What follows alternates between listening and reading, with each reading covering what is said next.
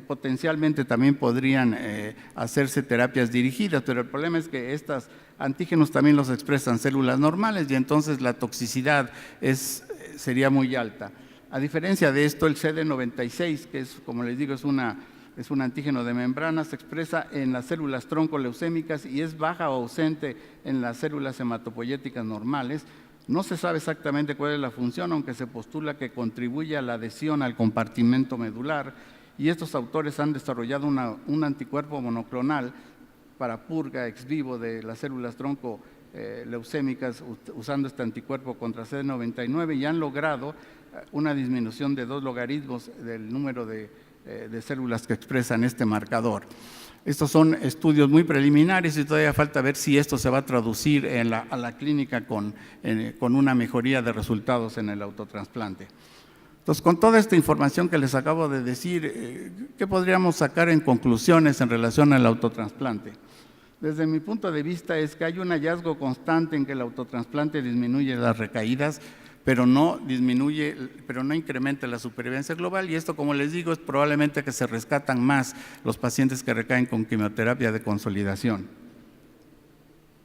Ahora, lo que dice David es cierto, la mejor terapia en grupos de cistogenética intermedio o pobre es el trasplante alogénico. El problema es que solo un 25% de los pacientes van a tener un donador familiar y en el resto tendríamos que utilizar un donador alternativo, un donador no familiar, y en nuestro medio la posibilidad de tener acceso a un donador no familiar es extraordinariamente raro por el costo que representa esto.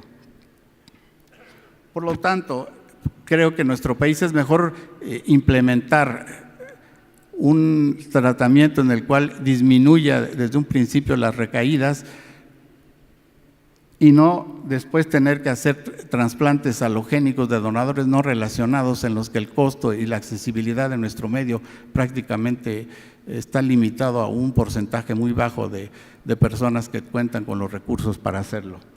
Por lo tanto, creo que en nuestro país el autotrasplante debe ser considerado como una terapia estándar para la mayoría de los pacientes de riesgo intermedio desconocido que no cuentan con un donador HLA familiar idéntico.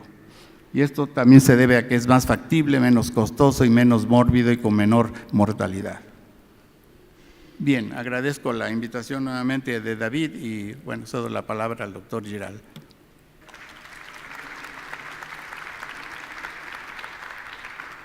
Buenos días y para mí siempre es un placer estar aquí en México. Muchísimas gracias al comité organizador y tanto a David como a Eucario por la excelente introducción que han hecho del tema. David empezó a hacer tratamiento con células mesenquimales para poder regenerar y hacernos más jóvenes y miren lo que me pasó a mí cuando me las dio. Pero no duraron mucho porque mira cómo estoy. Entonces, estos son mis conflictos de interés y reconozco que el conflicto de interés más grande que tengo es que yo hago trasplante y estoy muy orgulloso de ello. Lo que voy a hablarles hoy es en realidad la unión de muchas conversaciones que hemos tenido con el equipo mío previo, el MD Anderson, liderizado por el doctor Richard Champlin, mi maestro y mentor. Y mi equipo ahorita en Nueva York, también particularmente el doctor Richard O'Reilly, el doctor Marcel Vandenbrink y el doctor Miguel Perale. Y empezó con, en cierto, una tertulia, que estábamos una vez en un restaurante español y después de la cuarta botella de vino, empezamos a hacernos la pregunta si con las técnicas que tenemos ahorita podríamos hacer un trasplante perfecto. ¿Y qué es lo que sería un trasplante perfecto? Lo primero es un trasplante que es relativamente poco tóxico, o sea, que la mortalidad relacionada al tratamiento sea menos del 5%. Segundo, un trasplante relativamente efectivo, o sea, que los riesgos de recaídas de un paciente con riesgo estándar sea menos del 10% y un paciente con recaída florida, el riesgo de recaída post-trasplante sea menos del 30%. Lo otro es que tiene que ser relativamente fácil. Se debe poder realizar en cualquier centro en donde se hagan inducciones leucémicas. con mínimos efectos agudos y a largo plazo, y preferiblemente que no disrumpa de la manera que disrumpe el trasplante tradicional la calidad de vida del paciente. Y por último, tiene que ser financieramente viable. O sea, que tiene que ser comparativamente a otros tratamientos que compiten con el trasplante, o más barato, porque curas más gente, o solamente un poquito más caro. Entonces, después de la segunda botella de vino, habíamos dicho, bueno, esto es imposible. Pero si uno se fija en, por ejemplo, un trasplante autólogo en enfermedad de Hodgkin recaída, en un paciente que haya tenido un PET negativo. Esos pacientes, en nuestra experiencia en Memorial, tienen un porcentaje de cura del 80%, con una mortalidad relacionada al tratamiento de menos del 5%. O sea que si uno podría eliminar esas recaídas tempranas, uno estaría acercándose a un trasplante perfecto en esta situación. Imagínense mieloma múltiple también. Un paciente mieloma múltiple con riesgo estándar que hoy recibe tratamiento de inducción triple, un trasplante autólogo con melfalán y mantenimiento con lenalidomida, los chances de que ese paciente esté libre de enfermedad a los 5 años es más allá del 60%, con una mortalidad relacionada al tratamiento de menos 1%, pero de nuevo un riesgo de recaída temprano relativamente alto del 20-30%. Si uno podría eliminar ese riesgo de recaída, estaríamos cerca de un trasplante perfecto para esa indicación. Pero ¿cuál es el problema? Que como nosotros estamos haciendo el trasplante hoy, definitivamente no es una travesía fácil para pacientes.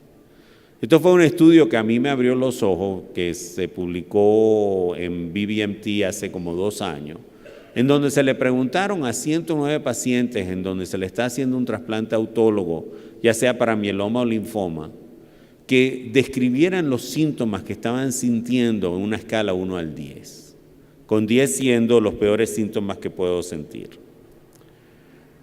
Y en esta gráfica ven que para el mes post-trasplante, el 30% de los pacientes todavía estaban diciendo que tenían tanta fatiga que no podían ver televisión.